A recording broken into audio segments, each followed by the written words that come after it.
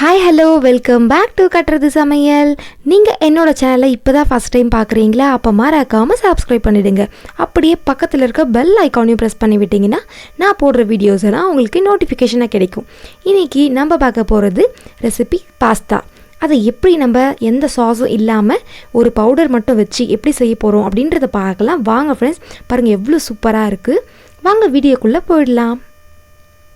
இப்போ ஒரு கிண்ணத்தில் இந்த மாதிரி தண்ணி நல்லா கொதிக்க வச்சுருக்கேன். இப்போ 1 கப் அளவு நான் பாஸ்தா எடுத்திருக்கேன். 1லேருந்து 1.5 கப் அளவு நான் பாஸ்தா எடுத்திருக்கேன். இன்றைக்கி நீங்கள் எந்த மாதிரி வேணால் எடுத்துக்கோங்க. இந்த மாதிரி நிறைய டிசைன்ஸ் இருக்குது. இதில் நிறைய வெரைட்டி ஆஃப் கிடைக்குது. இதில் இந்த மாதிரி நல்லா மிக்ஸ் பண்ணி விடுங்க.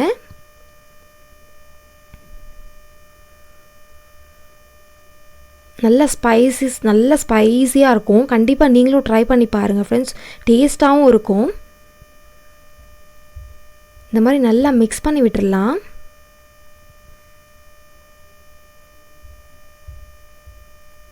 ஒரு 2 to 3 மினிட்ஸ் விட்டிங்கன்னா நல்லா கொதித்து நல்லா வெந்துடும். ரொம்ப நேரம் விட தேவையில்லை. இதுக்கு தேவையான அளவு உப்பு சேர்த்துக்கலாம்.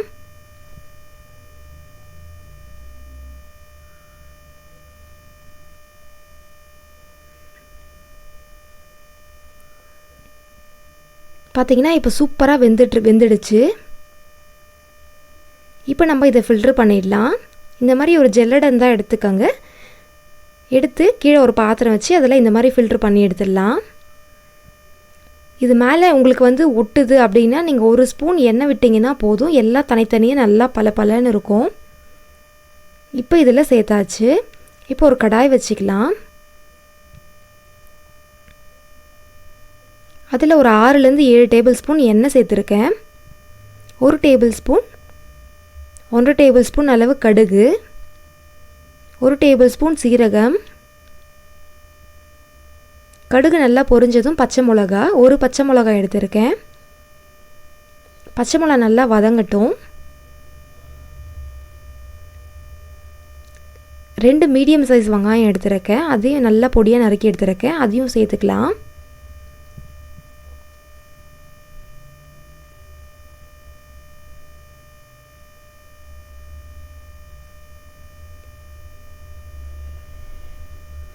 இப்போ ஒரு 1/2 டேபிள் ஸ்பூன் அளவு மஞ்சள் தூள் சேர்த்து நல்லா வதக்கிக்கலாம்.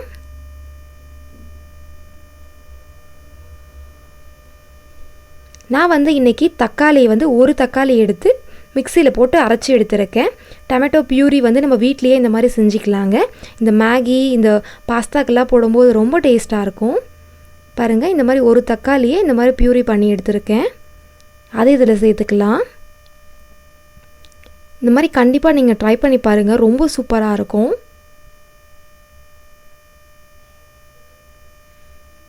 இப்போ நல்லா மிக்ஸ் பண்ணி விடுங்க. அந்த தக்காளியும் நல்லா அந்த ஸ்மெல் போகிற அளவுக்கு நல்லா வதங்கட்டும். பச்சை ஸ்மெல் போகிற அளவுக்கு. கொஞ்சமாக கருவேப்பிலை,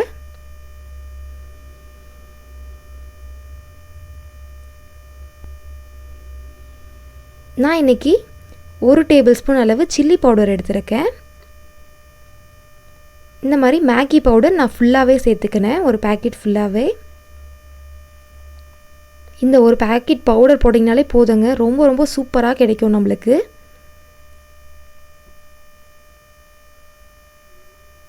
இப்போது ஒரு ஆஃப் அளவு ஒரு பாதி அளவு குடமிளகா எடுத்திருக்கேன். அதையும் இந்த ஸ்டேஜில் சேர்த்துக்கோங்க. குடமிளகா ரொம்ப வதங்க தேவையில்லை. இப்போ நம்ம அந்த பாஸ்தாவை இதில் சேர்த்துக்கலாம்.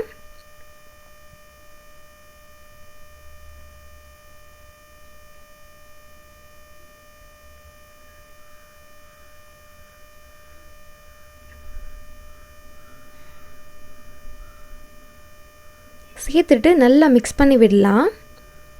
சிம்லே வச்சுக்கோங்க அடுப்பை.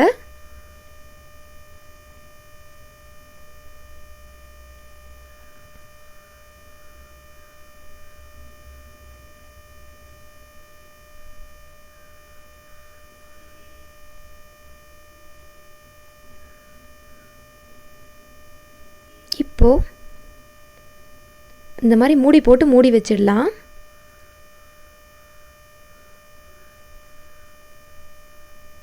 பார்த்தீங்கன்னா சூப்பராக ரெடி ஆகிடுச்சிங்க பாஸ்தா. அவ்வளோதாங்க. ஒரு 5 மினிட்ஸ் விட்டிங்கன்னா நல்லா சூடாகிட்ருக்கும். இப்போ நல்லா சூடாகிட்ருக்கு. இப்போ இந்த மாதிரி ஒரு பவுலில் மாற்றி சர்வ் பண்ணிங்கன்னா சூப்பரான பாஸ்தா ரெடி ஆகிடுச்சு. கண்டிப்பாக உங்களுக்கு வீடியோ பிடிச்சிருந்தால் லைக் பண்ணுங்கள், கமெண்ட் பண்ணுங்கள், ஷேர் பண்ணுங்கள், மறக்காமல் சப்ஸ்கிரைப் பண்ணிவிடுங்க. Thank you so much.